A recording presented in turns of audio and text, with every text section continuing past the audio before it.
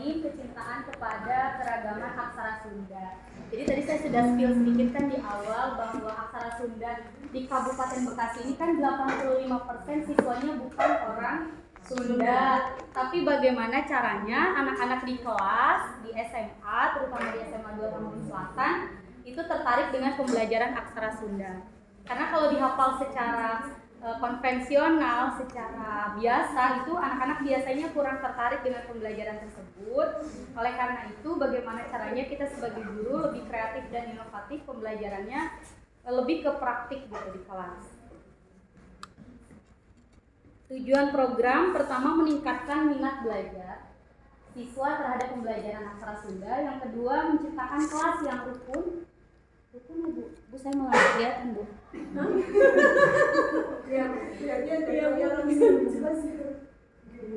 Sini aku bantuin dulu ya sini. Ya. Bisa. Nah. Saya maju ya Bu. Mana? Nomor 2 boleh? Oke. Menciptakan kelas yang rukun, tidak saling membeda-bedakan antar suku satu dengan yang lainnya. Menanamkan karakter mandiri, menanamkan karakter mandiri, disiplin, tanggung jawab, dan gotong royong. Karena nanti itu pembelajarannya berkelompok di kelas. Pembelajaran berkelompok itu kan termasuk diferensiasi ya, karena kita tanya anak. Nanti masuk ke kemarin itu diagram Y, suara, apalagi Bu? Voice, satu lagi, nah itu Bu. Ibu mah dapur bahasa Inggris, saya masih enggak bisa. Terus tuh, nomor 4, mengembangkan imajinasi dan kreativitas. Tuh, ini juga agak sedikit tipe peserta didik. Jadi anak-anak di sini pembelajarannya berbasis TPACK menggunakan Android. Mereka kan ke sekolah bawa HP, pasti suka dengan HP. Apa-apa tuh HP gitu. Jadi untuk membuat desain aksara Sundanya menggunakan Canva. Otak-atik di Canva. Kelima, menggambarkan kesadaran peserta didik bahwa keanekaragaman dan budaya yang ada di Nusantara ini sangat penting untuk mereka dan dilestarikan. Dijaga dan dilestarikan. Latar belakang 80% tadi saya sudah sebutkan, bukan orang Sunda. Suaranya siswa diberikan kebebasan dalam memilih desain. Boleh di kaos, boleh di tote bag, boleh ngecat lapangan, boleh ngecat nama-nama kelas, boleh. Jadi dipersilakan kepada kelompok masing-masing untuk memberikan ide praktik baiknya, mau menempelkan aksara Sunda di mana yang penting mereka bisa ngerti baca dan paham itu tulisan apa. Seperti itu. Kemudian pilihan. Siswa diberikan pilihan dalam memilih jenis kaos yang ada sablon, tadi ya sudah pilihannya begitu. Kepemilikan. Nah, biasanya kalau program ini sudah di-share ke anak, kemudian anak memilih sendiri inginnya seperti apa, mereka akan merasa memiliki terhadap tugas tersebut, lebih bertanggung jawab terhadap tugas-tugas yang diberikan oleh bapak atau ibu gurunya di kelas. Karena ini adalah ide mereka kan, jadi mereka juga senang melakukannya. Selanjutnya Bu, lalu lingkungan seperti apa sekolah yang ada di lingkungan saya? Pertama, dekat dengan industri percetakan kulit sablon. Sablonnya itu digital, jadi anak-anak setelah tadi mendesain di Canva, kemudian desainnya dikirim ke percetakan untuk di-print. Printannya itu mirip dengan Mika. Nah, seperti ini ya Bapak Ibu. Punten pinjam ya Bapak Ibu Pepek. Nah, ini Mika di-print oleh percetakan, nanti akan muncul aksara Sunda di sini. Kemudian alhamdulillah sekolah juga mendukung, saya dibeli alat sablon press digital. Nah, jadi anak-anak di kelas makin senang belajar hingga di press. Alternatif lain jika di sekolah Bapak Ibu tidak ada alat press tadi, karena memang harganya lumayan, bisa pakai setrikaan, tapi harus diawasi oleh Bapak Ibu. Takutnya mereka saling tempel-tempelan setrikaan ke teman iseng takutnya ya. Dan hati-hati juga dengan colokan kabel seperti ini saat praktik di kelas. Lalu bagaimana minat murid biasanya hampir 80% kalau sudah praktik dan praktiknya ini baru buat mereka, pasti minat belajarnya akan lebih tinggi daripada sekedar teoritis. Selanjutnya, berkolaborasi dengan ekskul. Saya kebetulan megang ekstrakurikuler entrepreneur dan alat tersebut diberikan untuk ekskul kita. Jadi saya pakai juga untuk pembelajaran di kelas di pelajaran bahasa Sunda. tulisannya karena kadang anak ada yang nggak punya.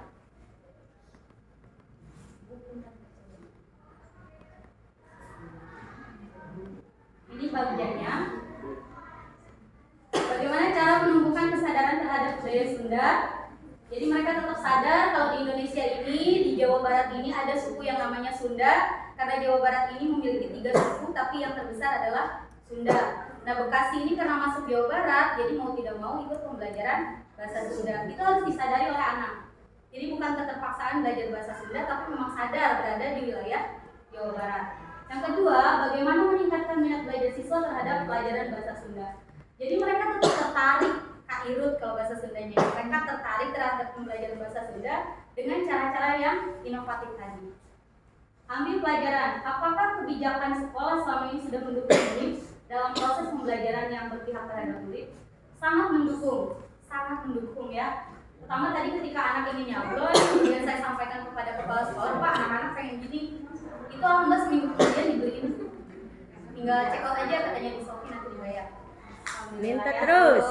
Yang kedua, aktivitas apa saja yang menarik? Kita sampai sini. Ini tadi ini. Oh ya, aktivitas apa saja yang menarik, kepedulian dan tanggung jawab terhadap kebudayaan lokal. Ini aktivitasnya jelas tadi kita nyablon karena baru gitu ya. Kalau selama ini aksara Sunda itu ditemukan di batu, di lontar, nah sekarang aksara Sunda ada di kaos. Bayangkan anak begitu pede yang nulis aksara Sunda namanya sendiri misalnya. Atau kapelan dengan pacar, biasanya gitu kalau remaja. Asik. Baru mau nanya pas jadi nulis apa? Oh iya, itu terjawab ya Bu langsung.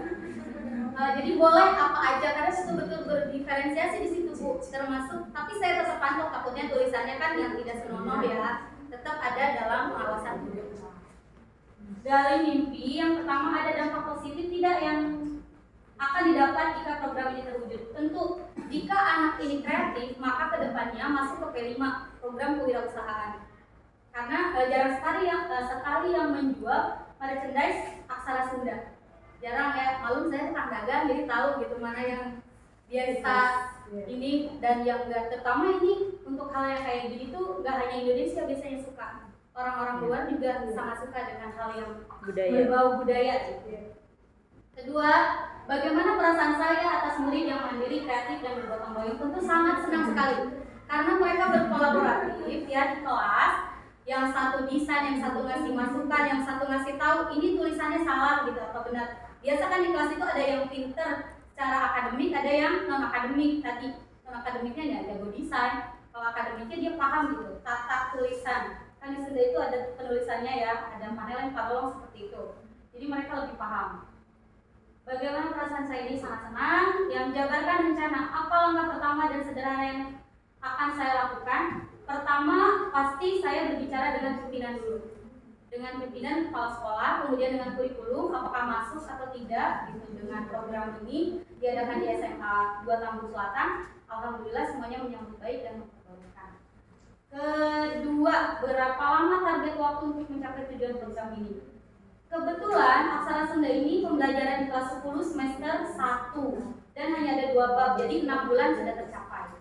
Kalau Bapak Ibu mau nonton videonya boleh nanti saya tuliskan. Bagaimana mengukur kemajuan dan keberhasilan program? Mengukur dan kemajuan program kita bisa lihat dari hasil karya anak-anak. Luar biasa mereka ternyata kita kasih pemantik sedikit, ide mereka ternyata lebih banyak daripada yang kita sudah kita konsep A gitu, tapi mereka memberikannya sampai Z gitu. Luar biasa ternyata ya. Anak-anak itu ekspresif orang-orang. Atur eksekusi. Siapa saja yang akan saya libatkan dalam mewujudkan rencana ini?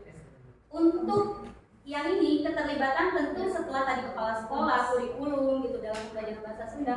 Di sini saya melibatkan Wakasek Sarana, izin dulu ke Sarana, kuat tidak dayanya dikomunikasikan. Ini alat ini lumayan tinggi gitu dayanya. Alhamdulillah setelah dicoba kuat. Saya ngajar 12 kelas, untuk kelas 10 tidak ngejepret ya, tetapi benar-benar kuat gitu. Tidak lagi. Kedua, siapa yang bertanggung jawab memonitor agar program ini nyaman dan berkelanjutan?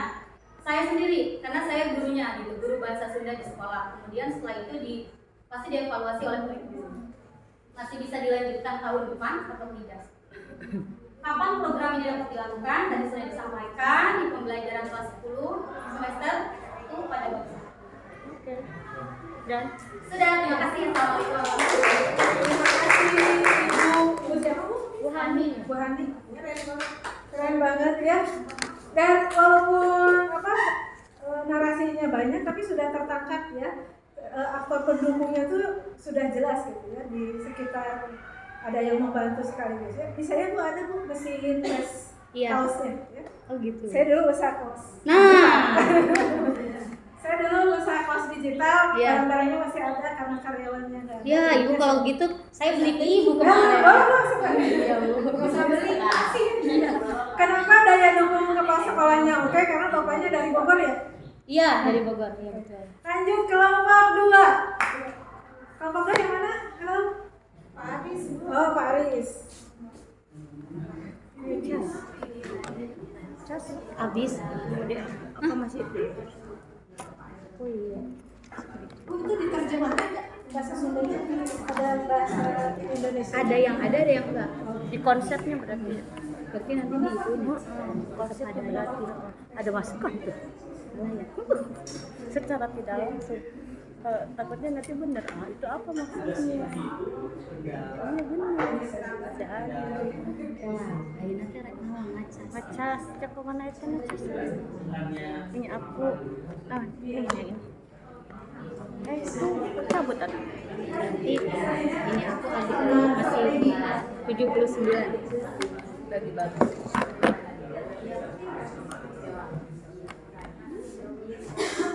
Yang penting ada aktor dan strateginya ke ini ya, walaupun dia tadi paparannya ini dari itu ya. Jangan, Bu, saya nggak boleh seperti itu, nggak apa-apa. Kasih tadi Bapak Ibu diskusi seperti apa ya, aktor dan strategi untuk mencapai itu ya. Iya. Daris. Assalamualaikum warahmatullahi wabarakatuh. Waalaikumsalam warahmatullahi wabarakatuh. Izinkan saya mewakili untuk mewakili presentasi dari kelompok 2 yang berkaitan dengan pemaparan program yang sudah dan akan berjalan dari masing-masing CGP atau anggota kelompok. Yang pertama adalah untuk program yang sudah berjalan maupun yang akan berjalan itu dari aspek kendala tentang PDSM ini, program pengembangan public speaking murid. Program ini adalah program yang ada di sekolah saya. Kebetulan program ini sudah berjalan di awal tahun pelajaran. Karena memang saya kebetulan mengajar di sekolah dasar kelas 6. Jadi untuk membantu siswa itu dalam kegiatan penerapan penilaian praktek, jadi saya membuat program di awal itu tentang program pengembangan public speaking murid. Nah, itu yang saya lakukan di sekolah gitu. Adapun kendala yang saya hadapi pada waktu melaksanakan program itu, yang pertama adalah anak yang belum mendapat informasi tidak masuk sekolah. Jadi anak itu kalau dia misalkan kan tugasnya itu adalah anak itu mengakses informasi apa saja yang dia dapat, lalu dia mempresentasikan informasi itu, sehingga nanti anak yang lainnya, teman-teman yang lainnya dia mendengarkan dan anak itu mempresentasikan tentang informasi atau peristiwa yang didapat pada waktu itu. Nah, kendalanya ketika anak itu misalkan tidak mendapatkan informasi karena mungkin dia takut, tapi kita harus identifikasi dulu. Ketika anak itu diberikan tugas oleh guru dan anak itu tidak masuk, itu apakah itu masalahnya tentang tugas yang diberikan guru atau memang ada masalah lain. Oleh karena itu guru harus melakukan identifikasi kenapa anak ini tidak masuk itu. Sehingga kalau ketahuan nanti misalkan dia karena tugas tidak mendapatkan informasi dari media elektronik, berarti kita harus membuat sumber lain. Misalkan buku yang tidak bisa yang tidak diakses di media elektronik. Ini untuk jalan keluarnya yang saya lakukan adalah mengidentifikasi alasan tidak masuk sekolah atau memberikan pemahaman kembali pada siswa tentang tugas. Jadi bukan saja peristiwa itu didapat atau informasi itu didapat dari elektronik, tapi dari buku juga bisa. Yang kedua adalah kendalanya tidak memiliki sarpras yang dibutuhkan. Jadi karena memang ini berkaitan dengan media yang diperoleh oleh siswa gitu. Jadi ini juga merupakan kekurangan daripada program yang saya lakukan gitu.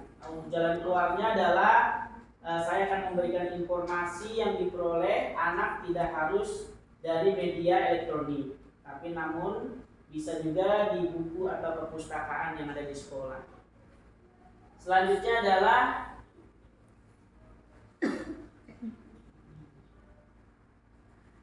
yang kedua adalah program dari Ibu Raida. Ya, Ibu Raida ya, programnya itu tentang budidaya tanaman di sekolah. Jadi kendala yang ada di Bu Raida mau nyampaikan. Ya, selanjutnya Bu Raida bisa sampaikan. Ini program Bu Raida. Assalamualaikum warahmatullahi wabarakatuh. Waalaikumsalam warahmatullahi wabarakatuh. Oke, untuk program yang saya ambil itu adalah budidaya tanaman di sekolah. Jadi kenapa saya mengambil ini saya ambil karena aset di sekolah, di mana sekolah saya termasuk sekolah baru. Jadi masih banyak lahannya itu sekitar 3 pokoknya luas sekali sampai memang ada lapangan bola ya. Ada lapangan bola yang itu berhijau. Nah jadi saya berpikir tentang aset yang ada di sekolah, sehingga saya memanfaatkan aset yang ada di sekolah berupa lahan yang tanah yang banyak yang itu dihubungkan kepada mapel PKW yang kewirausahaan. Dan saya mengambil program budidaya tanaman di sekolah. Nah program ini sudah saya jalankan dan memang mendapatkan hasil yang positif dan banyak gitu ya. Nah kemudian kendala yang memungkinkan yang sudah terjadi di sini adalah yang pertama faktor alam, khususnya ketika banjir ya. Jadi ketika lahannya kebanjiran, ini ada satu bibit atau tanaman yang nggak bisa tumbuh. Jadi ini jadi bahan evaluasi lahan sekitar mana yang membutuhkan air banyak untuk tanaman apa. Lahan yang sekiranya ini kering untuk tanaman apa. Jadi di sini ada 2 kendala, yaitu faktor alam dan faktor manusia. Nah untuk faktor manusianya itu yang sangat berdampak itu adalah anak ini kurang memiliki rasa kepemilikan pada tanamannya sehingga pertumbuhannya kurang maksimal. Ya, jadi dari hasil kemarin ada yang sudah panen.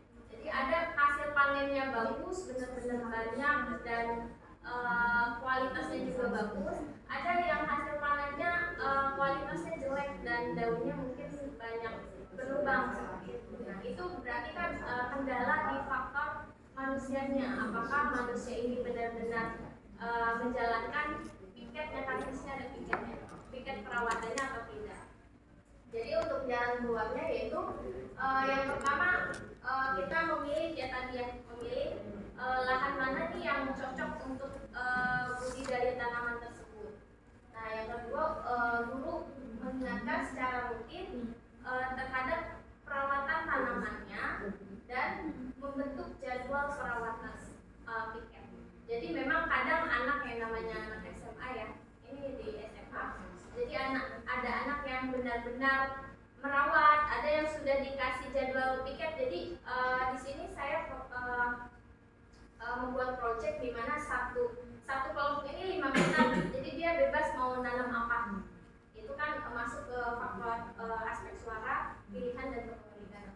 Nah, kemudian jadi ada anak yang sudah dibuatkan jadwal piket, tapi kalau memang tidak dilihat secara rutin, memang pertumbuhannya akan terhambat seperti itu. Jadi ini menjadi kendala bagaimana hasil dari panen terhadap budidaya tanaman ini harus semuanya itu bagus. Tapi memang di sini guru menekankan untuk tetap melakukan perawatan, khususnya setiap hari melihat tanamannya, merawat, kemudian menyiram, memberikan pupuk gitu, supaya hasilnya itu bagus.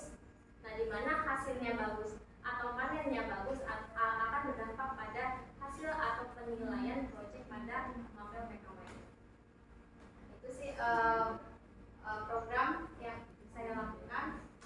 Kemudian mungkin akan dilanjutkan program Ibu Juliana.